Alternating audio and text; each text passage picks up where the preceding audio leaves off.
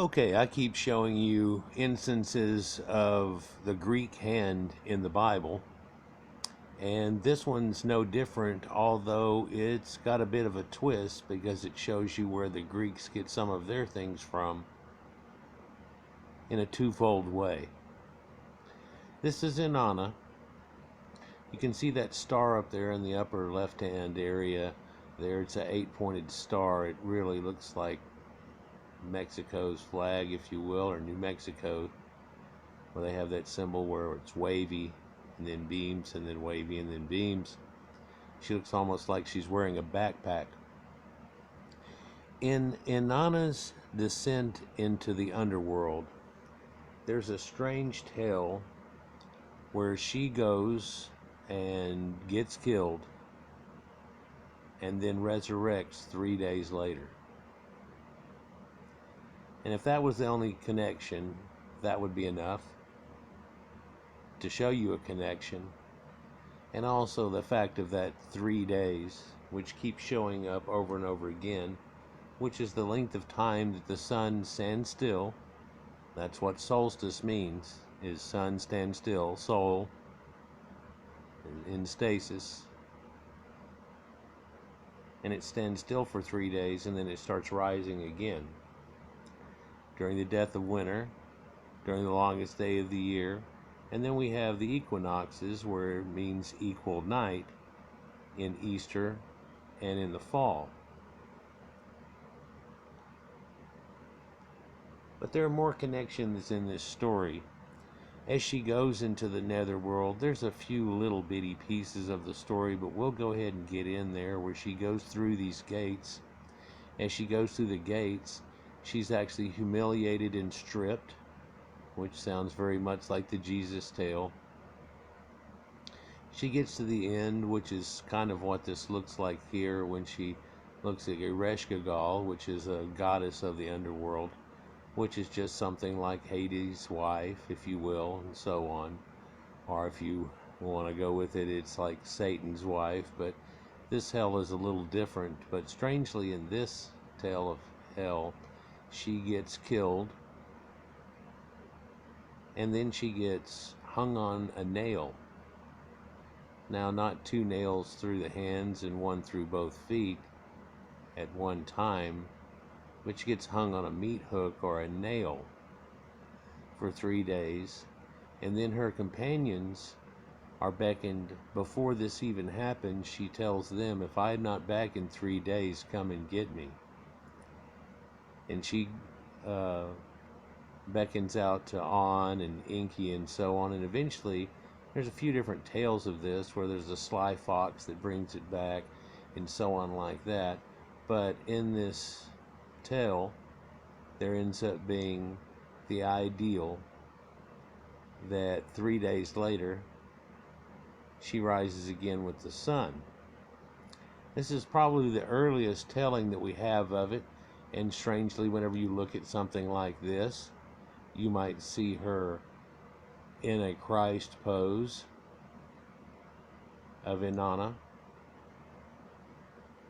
But strangely, what brings her back to life is that her compadres bring back to her as she's dead and on that cross. They beg to get her down, which sounds like something that you actually find in Josephus' work. And then she is given the bread and water of life, and it brings her back. Now, if we got past 3 a few times ago, and we're on at about 6 or 7 connectives that go here that just start sounding so much like it, but are easily thousands of years before, one starts to make the connections. But how do you make the Greek connection out of this? How could you pull up that and tie it together? Well, actually, whenever she goes to the tale, she tells her that my father will not leave me. And this was found by Samuel Noah Kramer back in the very first tablets whenever they got written down, and as far as history begins in Sumer, if you've ever heard about it. Looks like a Bob Ross painting. But in this Ancient of Tales, as it gets taken on farther, what ends up happening is later a tale is also written that adds on to this tale, and it is the tale of Demuzi, the shepherd that you see here on the right, versus Inanna, his wife, on the left.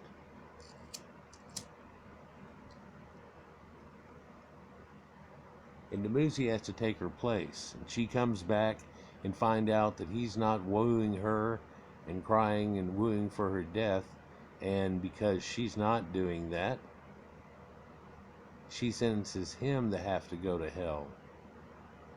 And so he has to go to hell for half the year and come back half the year.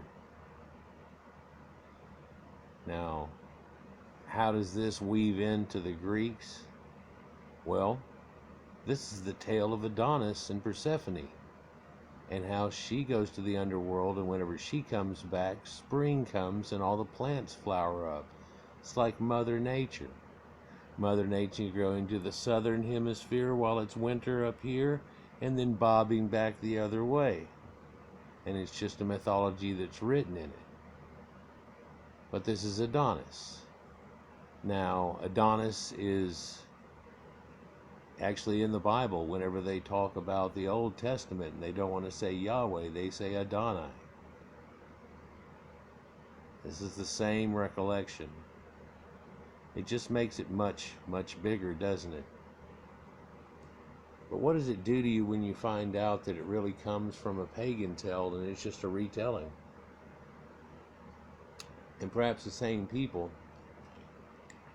who are real keen on puns, just like the Sumerians are, as we've shown in recent videos. And in that twisting in puns and meanings of words, they're able to drive a whole new story that has a whole new meaning, and then that is actually sacred for the fact that it comes out to have a meaning, whether it seems odd or not. So this is another showing of the Greek hand in the Bible, because the story of Tammuz and Adonis are one and the same, and Adonis was taken from that. It's where they get the idea of Persephone, which is the Phoenicians and persistence together in two different soliloquial words, if you will. Persephone. We'll get on to another one from right here and talk about Adonis and how he is connected with Tammuz here in just a moment. Or maybe we'll go to another one first. Peace.